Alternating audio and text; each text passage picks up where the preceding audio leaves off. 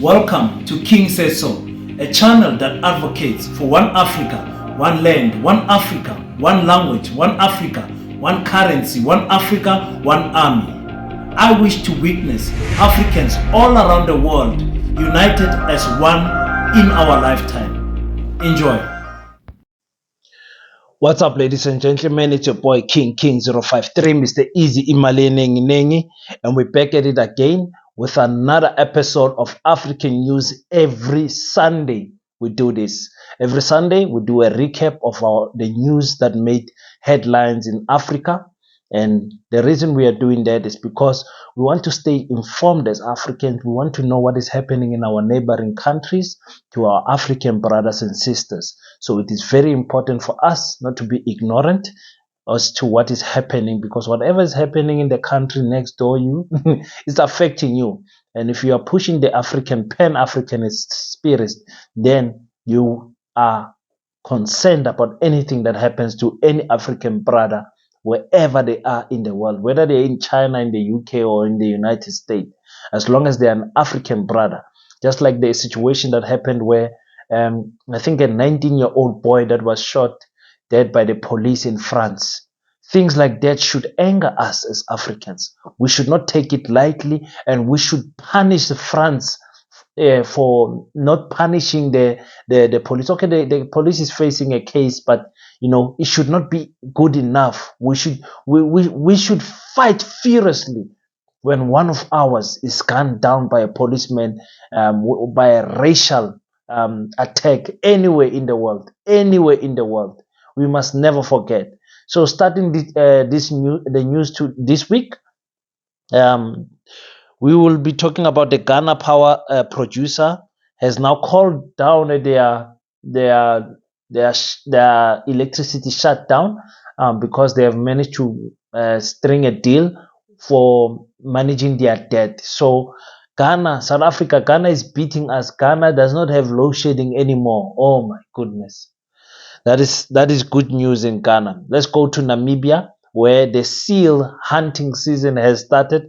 Over 86,000 seals will be hunted for their expensive fur. So if you're a person who's hunting, listen, I don't care what is happening, as long as Africans are benefiting. So Africans who are that side in Namibia, make sure that you are the guys who are selling these seals or whatever is happening, because you wait for them to do their mating season, and in their big numbers you are able to hunt them, so you are not in any way damaging their population. So let's make the money there. And Botswana, I'm disappointed with you guys. I thought Botswana was going to end their relationship with De Beers. De Beers is a crooked company that has milked South Africa, especially where I stay here in Kimberley. They have milked our diamonds, and now they are finished with us in Kimberley. They have moved their headquarters from Kimberley to Joburg, and they are diamond polishing. They don't have offices anymore in Kimberley because they are finished with us. Botswana, they will do the same. Botswana government has come to an agreement with the Beers, getting a higher percentage. I think they were getting something like 10% or a low percentage like that. So I think now they're getting something in the regions of 20-something%. Botswana, I thought we were kicking the Beers out. But anyway, an improvement in terms of the percentage that they are getting from De Beers. So that's fine. And guys, there's been a terrible truck collision in Kenya that killed 48 people. But in my tracking of that story, I saw that the numbers keep on going up. The last time I checked, it was 56. So guys, be careful on the roads. And really, truck drivers need to be regulated somehow in terms of the hours that they can spend on the road. And truck owners need to take responsible for these truck drivers that they are fatigued and ending up killing people like this. This could be your family and my family. We will never know when a truck driver might slip behind the wheel and take out the whole street. Over 50 people killed by this accident, guys. So that's not nice, guys. I'll share some of the pictures so you guys can see what I'm talking about. It's really not nice. A study conducted in the DRC has shown that the DRC has improved in terms of their business climate. So investors were very happy, praising the DRC, saying, "Listen, we can now come and do business again." With all the wars that are happening also in the DRC, it is quite encouraging to see investors coming back and saying that they will plow back in the country, make business in the country. When I hear stories like that, I'm very happy. And my favorite president in Africa, President Paul of Rwanda, is taking refugees that immigrants, let's say migrants that are coming from the east of Africa, is taking them into his country. They coming from London, they flee now. London is kicking them out, and he's saying, "Listen, bring them to my country. These are humans. They've got rights. I will clothe them. I will shelter them in my country." So that's very nice to see that's President Paul is my favorite president in Africa. I like the way he thinks. I like the way he responded in terms of the the pandemic. How he said, "What is inside these vaccines? We are not taking these vaccines." And I was also one of those people who said, "Listen, I'm not going to take this vaccine." I did not trust anything about the vaccine. So that's what is happening in South Africa, guys. We had floods, I think, last week, where 7 people died and seven more missing. There could be more people missing in South Africa. That is in the KZN region in Durban. And where exactly in Durban is this? Let's just say in Durban. And the rains are killing us because our people are scattered in wrong places, low areas, and where rain comes, it just takes their houses. And it was a tornado anyway, so many people were not safe. So we feel sorry for the families that got impacted by that natural disaster. And again, when we go back to the DRC, after praising them for opening their an environment for investors to operate, there have been 20 people that were killed. This is regarding the communal conflict that is happening there.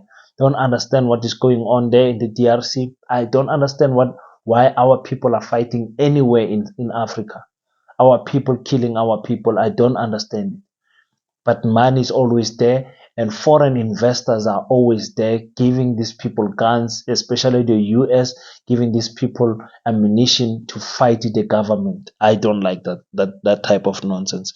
If we go to Tanzania, in Tanzania they have lifted the ban for buses of driving late. You remember in Tanzania they had a problem with buses being hijacked and them making a lot of accidents. So in the 90s, they said they banned the buses from driving late. So all the buses were driving during the day and not at late. So they've lifted that ban. The Tanzanian government have put in some regulations and upped their